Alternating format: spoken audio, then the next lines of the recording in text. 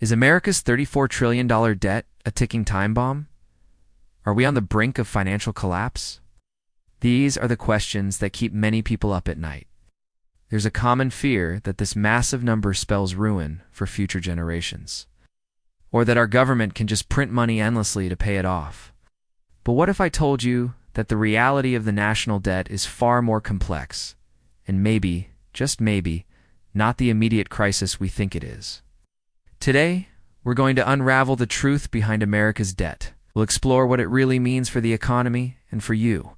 Understanding how our financial system works is crucial for everyone, not just economists. It empowers us to have smarter conversations about our country's future. So, stick with me as we cut through the noise and get to the heart of what this $34 trillion figure really represents. First, let's tackle a huge misconception. Who exactly owns America's debt? Many people picture foreign countries like China holding all the cards, ready to pull the plug on our economy. Oh. But the truth is, the single largest creditor of the United States is the American public. That's right. A huge chunk of the national debt is held by U.S. citizens and institutions. We're talking about your pension fund, your bank, and even individual investors who buy Treasury securities. This isn't just a simple IOU to other nations. It's a complex web of financial relationships right here at home. This debt is often a tool used to fund government operations and stimulate our own economy.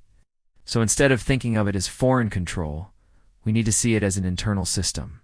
Recognizing that most of the debt is owned domestically completely changes the conversation and helps us understand the real dynamics at play. And who is one of the biggest domestic players? The Federal Reserve. The Fed holds over $5 trillion in government bonds. This isn't just a simple investment. It's a core part of how the U.S. government finances its operations and how our monetary policy is managed. When the Treasury needs to raise money, it issues bonds. The Fed can then buy these bonds, which essentially injects new money into the economy. This process is a powerful tool. By buying bonds, the Fed can help keep interest rates low, which makes it cheaper for you to get a car loan or a mortgage, and for businesses to borrow and expand. This stimulates economic growth. Of course, this power to create money also raises important questions about inflation. But understanding the Fed's role is absolutely key to seeing the bigger picture of how government debt, money, and our daily economic lives are all connected. Now, let's talk about Social Security and Medicare. You've even probably heard the scary headlines that these programs are broke or bankrupt. This is another area where the reality is much more nuanced. Both Social Security and Medicare collect more in payroll taxes than they pay out in benefits each year. What do they do with that surplus? They invest it in U.S. Treasury bonds. Essentially, these programs are lending money back to the government. So when people say the government is raiding Social Security, it's more like a family member borrowing from a savings jar they also contribute to. It's a complex internal IOU. This doesn't mean the programs are broke. In fact, they have massive trust funds built from these bonds that can cover benefits for years to come. Understanding this helps us move beyond the panic and have a real conversation about how to ensure the long-term health of these vital programs. So if it's not just foreign countries, the Fed, or social programs, who else holds this debt? Well, maybe not you directly, but American citizens and institutions are major investors. Pension funds, which manage retirement savings for millions, rely on the safety of Treasury bonds to ensure they can pay retirees. Banks use them as a secure way to manage their money. And individual investors buy them as a safe haven for their savings, especially when the stock market feels shaky. Why? Because U.S. government debt is considered one of the safest investments on the planet. Backed by the full faith and credit of the United States. While the news often focuses on foreign ownership, the vast majority of the debt is held right here at home. This isn't a sign of weakness. It's a sign of a deep, interconnected domestic economy where citizens and institutions are actively investing in the nation's financial stability. So if debt isn't just a burden, what is it for? Think of government debt as a powerful tool for building the very foundation of our economy. When the government issues bonds, it raises capital to fund things we all rely on, things like new highways, better schools, and groundbreaking scientific research. These investments create jobs and boost our country's long-term productivity. Furthermore, government debt is crucial for managing the money supply and maintaining economic stability. During a recession, for example, government spending, funded by debt, can act as a vital lifeline, pumping money into the economy when private spending dries up. This helps prevent a deeper downturn and speeds up the recovery. It's time to challenge the idea that debt is purely a negative. When managed responsibly, it's not a burden. It's an engine for growth and stability. This might be why every modern attempt to completely eliminate the national debt has ultimately failed. It sounds like a great political slogan: balance the budget, erase the debt. But in reality, government debt is a necessary component of a healthy, functioning economy. Look at history. Few times the U.S. has run a significant budget surplus. It hasn't always led to a golden age. For example, in the late 1990s, the surplus led to reduced government spending and investment, which some economists argue contributed to the economic slowdown in the early 2000s. The political obsession with eliminating debt can distract from more urgent needs, like upgrading our crumbling infrastructure or investing in education. The goal shouldn't be to get the debt to zero, Dad. The goal should be to manage it wisely, ensuring it works for the economy, not against it. But what about inflation? Doesn't printing all this money and racking up debt just make prices go through the roof? This is a common and understandable fear. However, it's crucial to understand that inflation isn't caused by debt itself. Inflation happens when spending in an economy outpaces its ability to produce goods and services. When there's too much money chasing too few goods, prices rise.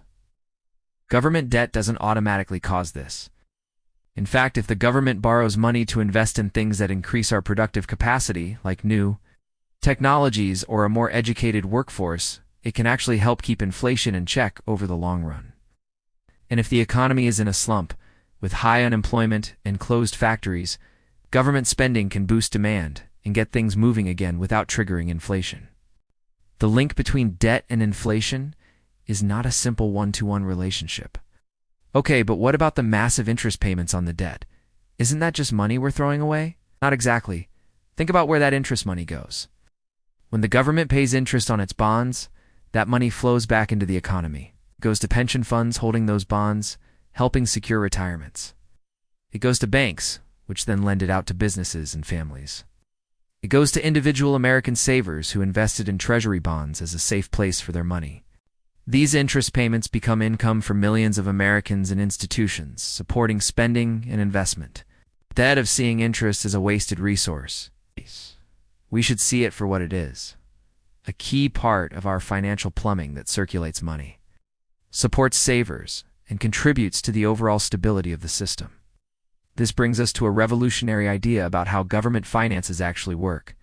The common view is, first, the government collects taxes, and then it can spend that money. But what if it's the other way around?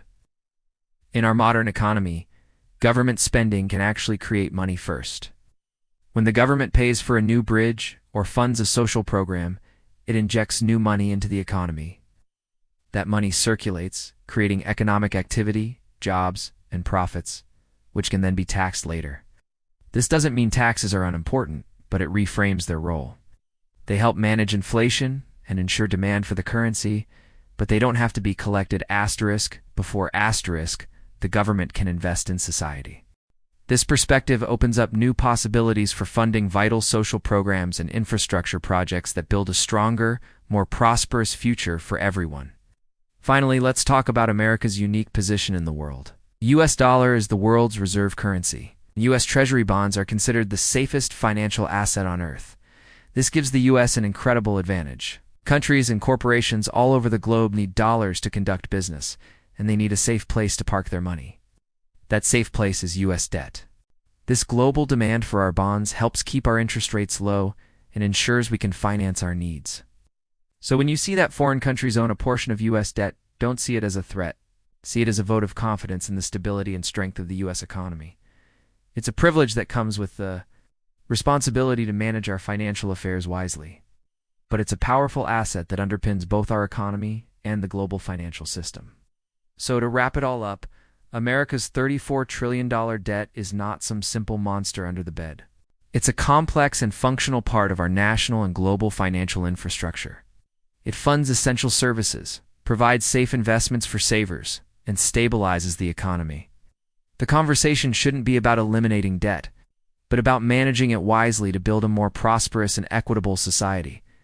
We hope this discussion has challenged you to rethink what you know about government finances.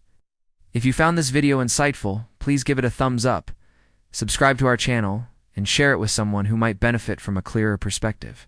Let's keep the conversation going in the comments below. Thanks for watching.